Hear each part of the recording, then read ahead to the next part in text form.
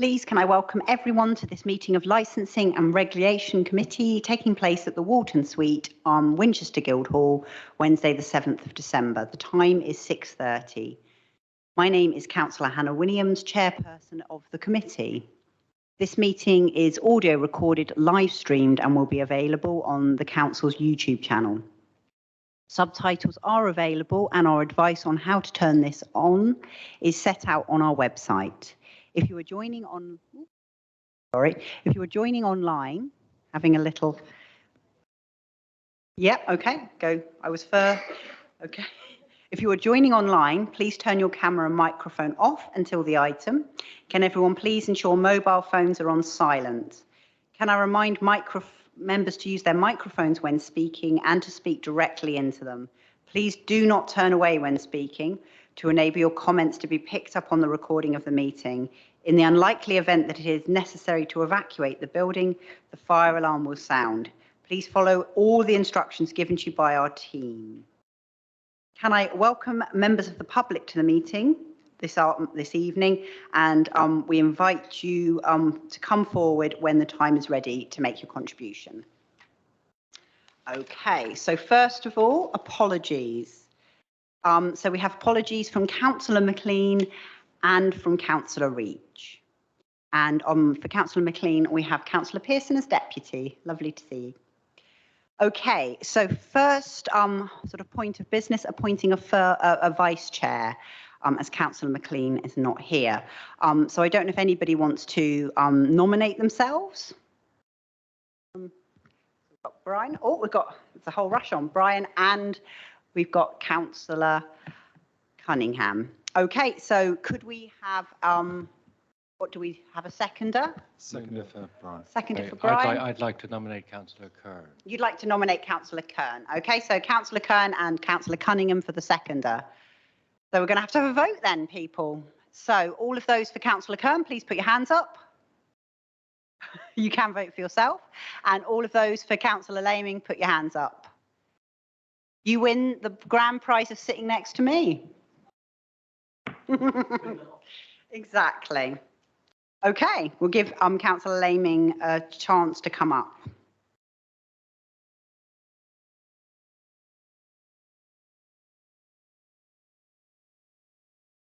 Right then, now we're going to move to item number 2, disclosures of interest. Does anybody have any declarations? Councillor Atchwell. Yes, Chair. I'd like to declare personal but not prejudicial interest, choosing me being a precept here for Whiteley Town Councillor, and I was chair of the advisory group. Thank you. Councillor Small. And then I'd like to declare an interest because I live in Curdridge and obviously pay the precept, and I'm on the North Whiteley Forum as well. Perfect. And Councillor Pearson. Thank you, Chair. This was an item on the recent North Whiteley Forum, of which I am a member. Not a decision-making. Opinions were expressed from personal at most. Perfect. Thank you. Okay, nice to see so many people in the room from our southern parishes as well. Okay, right then, so we're going to move on to item number 3, minutes of the previous meeting held on the 6th of September. So has everybody had a chance to see and read them? Is everybody agreed that they are a correct record? Okay, that's agreed. Okay, so what we've decided is, though we have public participation, we felt that it might be better for you to talk after the report. So I'm going to instead move to point number 5, which is the North Whiteley Governance Review, paper LR 561. And I don't know if Councillor Becker would like to come and present for us. You're going to pass it over to. I am going to pass it over to Mr. MacArthur.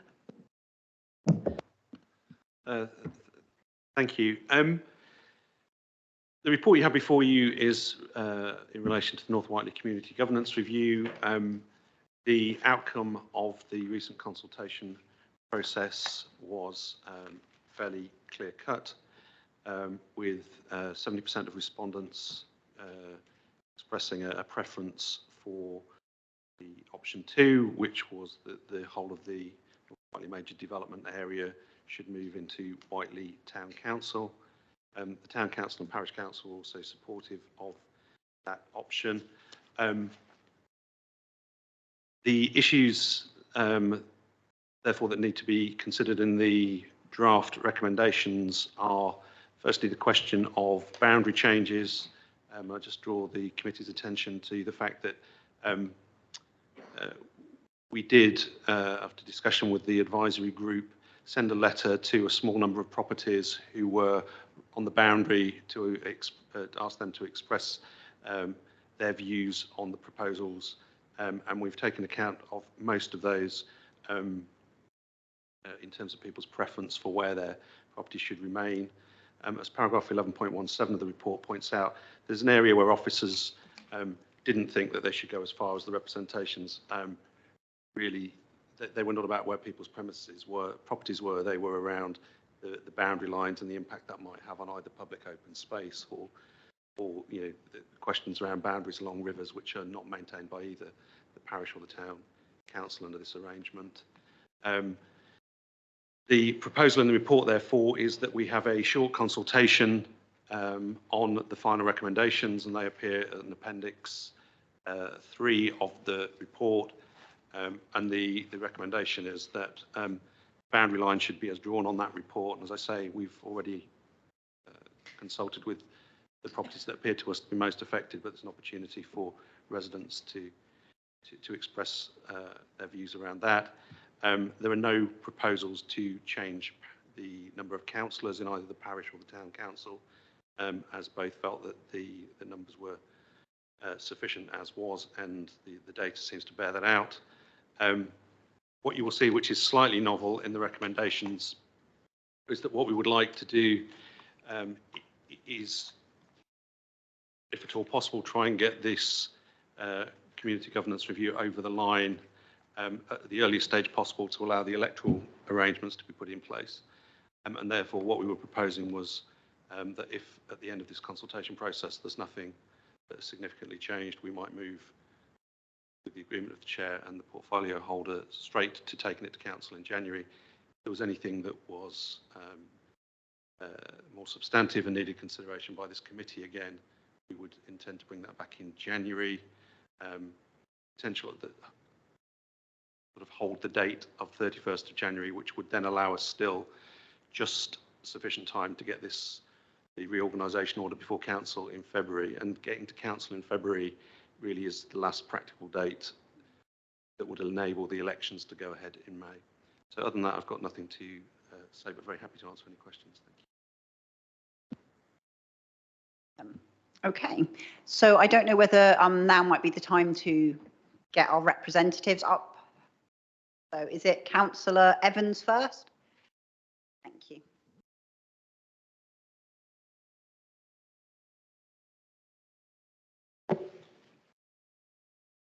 Madam Chairman, thank you for the opportunity to address the committee this evening. Firstly, I'd like to place on record our thanks to officers of the City Council, namely Ellen Simpson, Neil MacArthur, Hilary Oliver and Steve Lincoln, for their cooperation and professionalism throughout the whole governance process. The North Whiteley development was planned from the start as a natural extension of the existing Whiteley, and from the earliest days of planning, the Town Council has been closely involved in all aspects of its development. The support of Whiteley Town Council for the North Whiteley MDA assisted the City Council in securing planning permission several years ago, and consequently there was little opposition due to a positive engagement with residents and timely information and updates throughout the pre-planning process. The Town Council's continuing support for North Whiteley was on the basis that it presented the opportunity to resolve the deficit in sports facilities, recreation space, schools and create settlement of sufficient size to meet many of its needs via developer financial infrastructure contributions. The Town Council covering the whole Whiteley-Winchester area will be more efficient in delivering local services and believe we will be more able to represent the community more effectively. Madam Chairman, I sincerely hope that the committee will endorse the draft recommendations at Appendix 3 of the report, which are supported by both Whiteley Town Council and Curdridge Parish Council, and ideally it would be helpful to both Whiteley and Curdridge if all necessary processes could be completed in time for a boundary change in April 23. The future Whiteley Town Council will include councillors elected from the whole area and focused on the common interests of Whiteley residents within the Winchester Council area. It is encouraging that 2 North Whiteley residents have already been co-opted onto Whiteley Town Council, and we are already working together to assist with any problems. Indeed, since the results of the governance review were made public, other North Whiteley residents have shown interest in becoming Whiteley Town Councillors. This is very encouraging for the future of the Whiteley community. Thank you. Thank you. And now we've got Councillor Bodger. Right. Thank you, Madam Chairman, for the opportunity to address this committee. I echo Councillor Evans' thanks to those who helped make it work. To Councillor Atchwell for chairing the group, even when she had to do it from thousands of miles away. Officers Ellen Simpson, Hilary Oliver, Neil MacArthur, and Steve Lincoln for making the process run so smoothly to a successful conclusion. Curdridge Parish Council strongly supports the favoured option 2, which consolidates the whole of Winchester as part of Whiteley to the parish of Whiteley Town Council. We therefore wholeheartedly support the draft recommendation. Our hope is that this can be done in good time for a boundary change in April 23. Curdridge holds a reserve of £10,514 for transfer to Whiteley Town Council, which can be written into the reorganisation order. This is our share of the 2023 precept collected from major development area inhabitants, but not yet spent by Curdridge Parish Council. The sum's been agreed between Curdridge and Whiteley councils. In order for Curdridge to get an accurate precept for 2023 to 4, we need to know our tax base, which can only be known for certain if the boundary moves in 2023. Any delay would introduce an element of uncertainty that would be very significant for a small council like Curdridge, because the number of dwellings to be occupied can only be estimated at this stage. Although deviations from the estimate will also affect Whiteley Town Council, the impact is much smaller for them because on their larger tax base, it's proportionately insignificant, so it won't interfere with their setting a precept. In addition, for the need of timely implementation for the setting of the precept, Whiteley electors currently in Curdridge will need to be entered into the electoral roll in order to vote in the Whiteley elections. You've heard that already. So Curdridge and Whiteley councils agree to give any support necessary to achieve speedy implementation. Recommendation. Thank you. Thank you. Okay, so we have before us on page 10 the recommendations of the report. So I think it's probably, I mean, rather than reading, because there are a reasonable number of them there, I don't know if you want me to read them all out or whether we can just read them ourselves and then actually have questions on it. So I don't know whether we want to just move and have like questions and discussion. I think that's probably easier than reading all of them out. I'm happy to do it, I'm a teacher, but so I don't know if anybody has any sort of discussion or questions at this point about it, or are we all gone? Councillor Pearson. Thank you, Chair. I heard the comments earlier on the North Whiteley Forum about precept. I'm glad that's along the way to being resolved. One of my major issues that I had. The other one, which may or may not be true, for the 1923, we have a general election in January 1923, and the constituency boundary changes. Now, I'm not quite sure, perhaps you might know, is Curdridge in the same constituency as Whiteley? I see Eric is nodding his head, so the answer is okay. And that resolves any concern I might have. I know Town Council isn't affected by that, but it could introduce a complication none of us want. Thanks, Chair. Does anyone else have any comments or questions? Councillor Atchwell. Just got some clarification, please.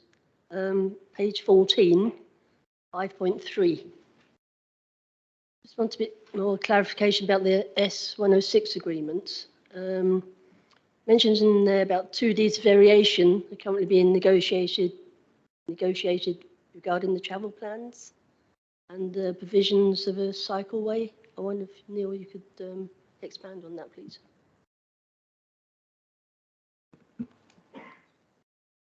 I don't have all of the details in relation to the deeds of variation. I mean, the Section 106 agreement, which is in place, has been there for a while. There, obviously, as the development goes through, there are areas of detail that need to be established, including, you know, the transfer of land, the transfer of money, transfer of responsibilities, etc. I'm afraid that the detail of the change to the travel plans and stuff I don't have at the moment. I apologise for that. Yeah, just come back supplementary. So you mentioned about monies. What type of, nothing's mentioned here, like a figure. Do we have any idea of a figure for that? Once again, I don't have the detail. I ought to have it. I'd be very happy to confirm it and obviously send that out to the committee. And then if there are any concerns about that, we could pick that up during the consultation process that we're about to embark on. I apologise for that. Thank you. That would be great if that could be sent out. I think that would be helpful to all of us. Anybody else? Does anyone else have any other?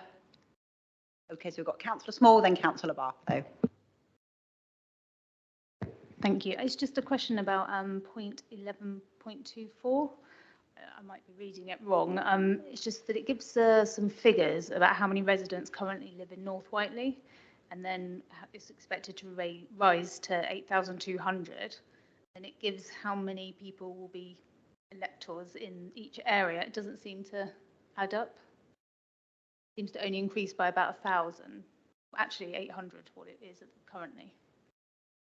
11.23 and 11.24, is it the numbers between those two?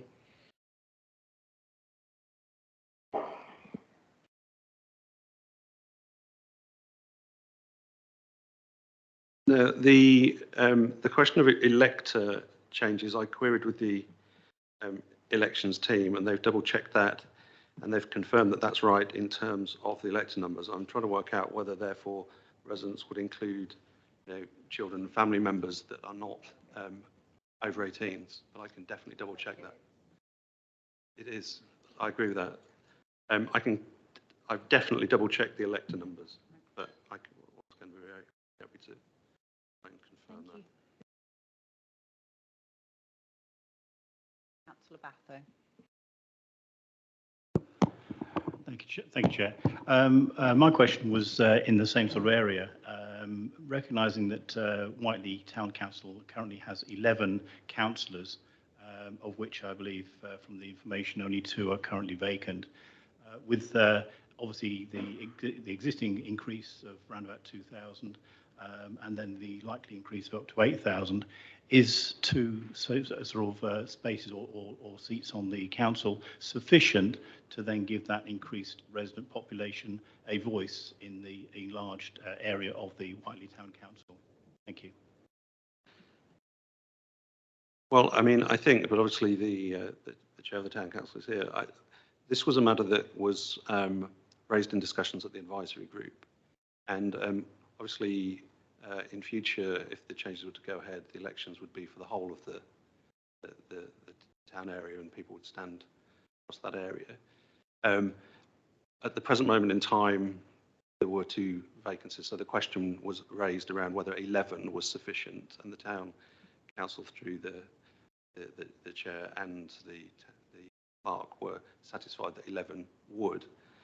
Now, we've been approaching it in the context of what the total number of councillors would be that would be sufficient, and the references in the statutory guidance, indicate that it's in that, depending on the size of the parish, that number of councillors would be appropriate.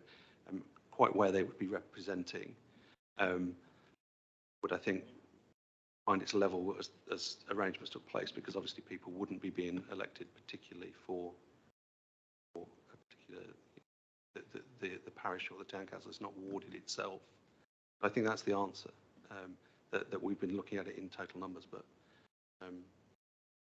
slightly wonder if the chair of the council could help with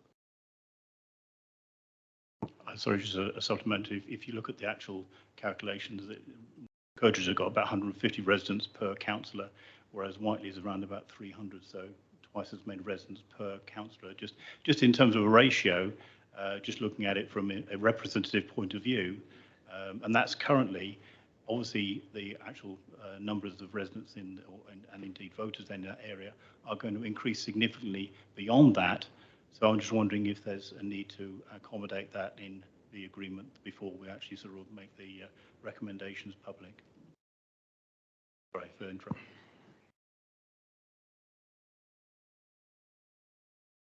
I mean, all I would say that the ranges in the statutory guidance are very broad.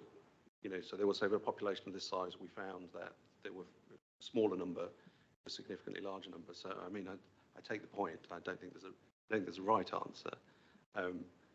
It's within the bounds of what the guidance suggests, and we were then being led by the views of the town council in terms of what was, you know, what they considered to be sufficient.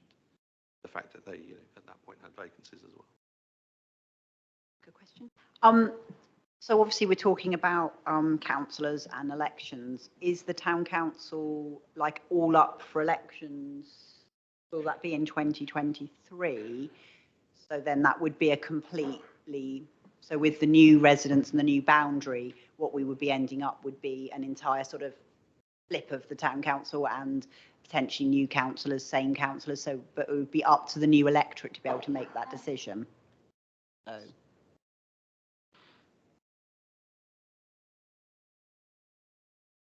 Does anybody else have any points they wish? Yep, Councillor Atchwell. Yeah, sorry. Just to go back on the Councillor Bathurst's point, I do feel 11 councillors isn't sufficient for the number of residents there are going to be. Just want to make that point.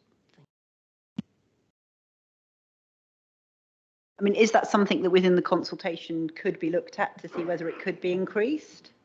I mean, clearly the recommendations are for consultation, and the proposal at the minute is that there shouldn't, you know, the need for an increase had not been established, but obviously that is something that could be revisited between now and the conclusion of the consultation, and, you know, a final decision was taken in relation to the making of a reorganisation order. I think it's partly also having been a parish councillor myself and knowing my parish of Otterbourne, we have 9, and when we're down to 7, it feels like a lot. Suddenly you're doing a lot of work, and I would hate to feel that we were putting a burden onto a newly formed, you know, boundaries by actually not having enough councillors. So I think that is something that might be worth looking at if we're doing the consultation, just because actually having enough councillors to bear the load of it, because it's a really important role being a councillor. Councillor Pearson. Well, my experience with parish councillors, not only as a member of the public, as a county councillor, but also as a parish council member in the past, no one sits around the table of a parish council or indeed a town council and calculates how many members they represent. Say, for example, I represent 3,000 people, therefore what I say should carry more weight than you, mate, because you only represent 2,000 people. Yahoo to you. It's nonsense. And I'm sure that that's the sort of consideration. What I would suggest, Chair, is if the emerging town council, once the population starts climbing above the 10,000, represents to the local authority, which I assume will still be Winchester, requesting more parish councillors. At present, as we have heard from the town council and the parish council, the numbers that are proposed are adequate for what they need. Bearing in mind, parish councillors are supposed to be apolitical.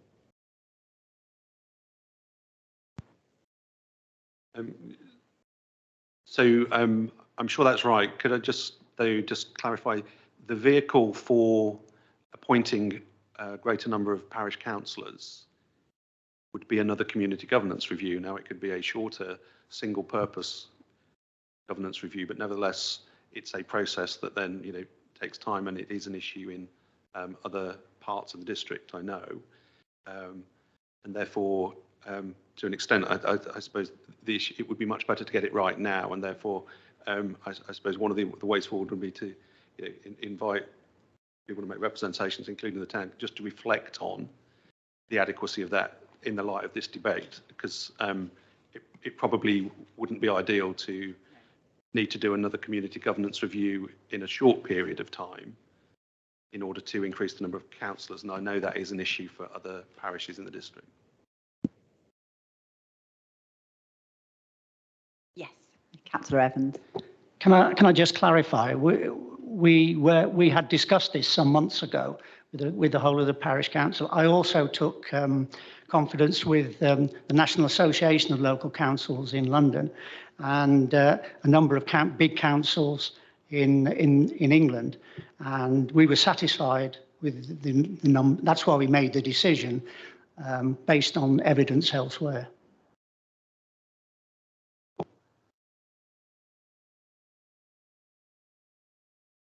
Okay. Anybody else got any other comments?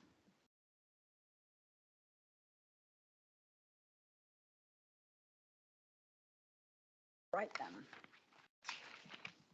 So let's go back to our sort of recommendations. So obviously, we'll be noting to sort of move to approve these draft recommendations, which appear in Appendix 3. They are going to be subject to further 28 days consultation, which would allow those with any interest to provide their views on the proposed changes.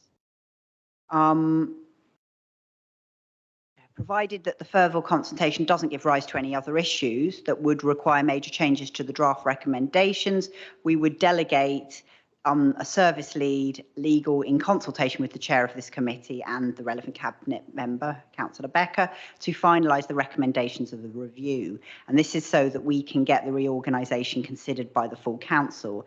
As we have noted, if there are any subsequent issues that arise, that this will be coming back, and we're going to be putting in a special meeting for January, which would be the 31st of January, to just be noted in people's diaries in case that needs to be. It's a Tuesday. Don't know if that helps. And then we can ensure that the reorganisation is brought before the full council.